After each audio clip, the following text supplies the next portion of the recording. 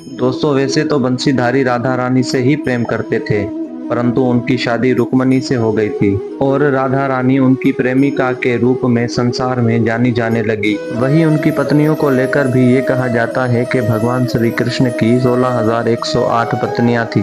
क्या ये सच है? इस विषय में कई कथाएं प्रचलित हैं और लोगों को लेकर के इसके अंदर जिज्ञासा भी है। तो आइए जानते हैं भगवान श्री कृष्ण की 16,108 पत्नियों के होने के पीछे होने का रहस्य क्या है। नमस्ते दोस्तों, मैं हूं राजकुमार। आपका एक बार फिर से स्वागत है मेरे चैनल में। दोस्तों, ये सच है कि भगवान श्री कृष्ण की 16,108 रानियां थी, मगर सोचने वाली बात है कि इतनी सारी रानियां कैसे। इसके पीछे एक विशेष कहानी है जिससे कई लोगों ने अपनी मान्यताओं के अनुसार कई रूप दिए हैं। इनमें से जो कथा सच के सबसे ज्यादा निकट मानी जाती है वो है भागवत महापुराण के 10वें स्कंद के 59वें अध्याय में दी गई है। इस कथा के अनुसार भगवान श्री कृष्ण की मुख्य रूप से केवल 8 पत्नियां मानी जाती हैं। इनमें देवी रुक्मणी, देवी जामवंती, देवी सत्यभामा, देवी कालंदी, देवी मित्रबिंदा, देवी सत्या, देवी भद्रा और देवी लक्ष्मणा शामिल हैं।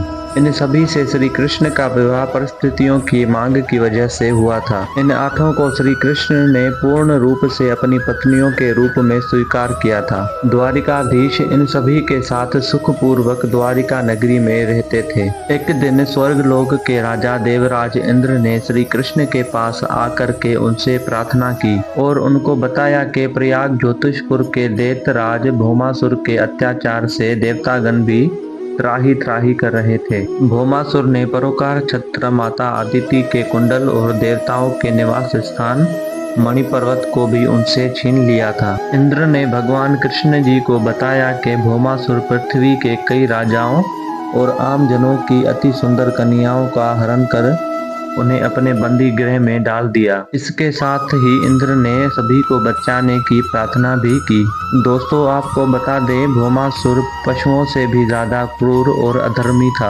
उसकी करतूतों के कारण ही उसे नरकासुर भी कहा जाने लगा।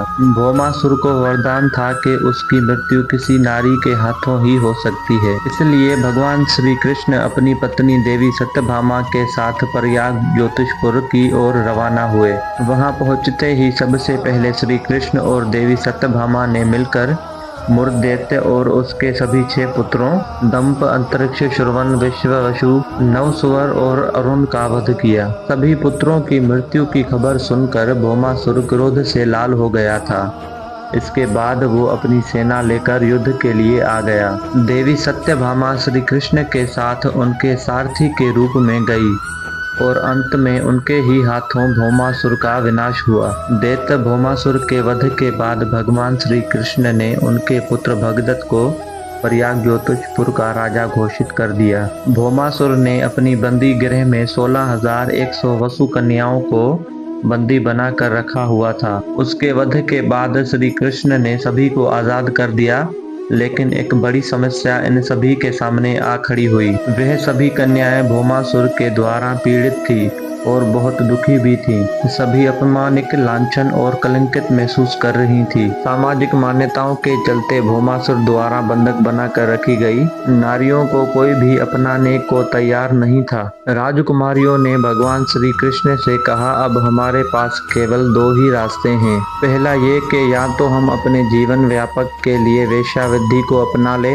अथवा दूसरा या तो हम आत्महत्या कर लें। तब ये देख कर के श्री कृष्ण ने उन्हें अपनी रानियों का स्थान देने की घोषणा की और सभी को अपने साथ द्वारिका लेकर चले गए। वहाँ ये सभी कन्याएं खुशी से अपना जीवन व्यतीत करने लगी। वहाँ वो सभी कन्याएं स्वतंत्रता पूर्वक अपनी इच्छा अनुसार और सम्मान पूर्वक द्वारिका में रहने लगी। वो सभी वहाँ भजन, कीर्तन, ईश्वर भक्ति करके सुख पूर्वक रह रही थी। भगवान ने उन राजकुमारियों को अपनाकर उन्हें अपनी अन्य पटरानियों सम्मान व्यवस्था दी और उन्हें अपना नाम दिया, लेकिन कभी उनसे वैवाहिक संबंध नहीं बनाया। इसे एक प्रकार से उस समय का निर्लभ संगठन भी कहा जा सकता है। एक कहानी ये भी प्रचलित है कि पिछले जन्म में 16,100 कन्याएं ऋषि मुनि थी। इन सभी ने भगवान श्री कृष्ण को पति के रूप में पाने के लिए तपस्या की थी। अगले जन्म में इन सभी ऋषि मुनियों ने कन्याओं के रूप में जन्म लिया और भगवान कृष्ण ने उन्हें अपनी पत्नी बनाकर इनकी मनोकामनाएं पूरी की। इसलिए कहते हैं कि अपना मान घटे घट जाए, भगत का मान न घटते देखा, प्रभु को नियम बदलते देखा। और जाते जाते एक आखिरी बात बता दूं कि श्री कृष्ण ने कार्तिक मास के कृष्ण पक्ष की चतुर्दशी को नरकासुर यानी भौमासुर का वध किया था। इसी दिन की याद में दीपावली के ठीक एक दिन पहले नरक चतुर्दशी मनाई जाने लगी। मान्यता है कि नरकासुर की मृत्यु होने से उस दिन शुभ आत्माओं को मुक्ति मिली थी। नरक चौदस के दिन सूर्य उदय से पहले उबटन लगाकर नीम खिचड़ी जैसे कड़वे पत्ते डले हुए जल से स्नान का बहुत ज्यादा महत्व होता है। उस दिन सूर्य अस्त के बाद लोग अपने घर के दरवाजों पर 14 दिए जलाकर दक्षिण दिशा में उनका मुख करके रखते हैं और सच्चे मन से पूजा पाठ करते हैं। दोस्तों, आज की वीडियो में बस इतना ही।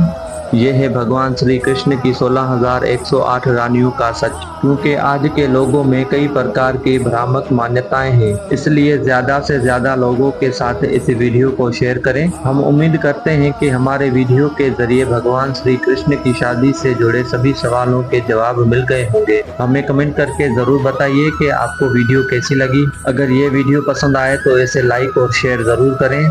अगर आपने हमारे चैनल को सब्सक्राइब नहीं किया तो जरूर करिए। इसके साथ मुझे दे इजाजत, और हाँ, वीडियो को अंत तक देखने के लिए आपका बहुत धन्यवाद।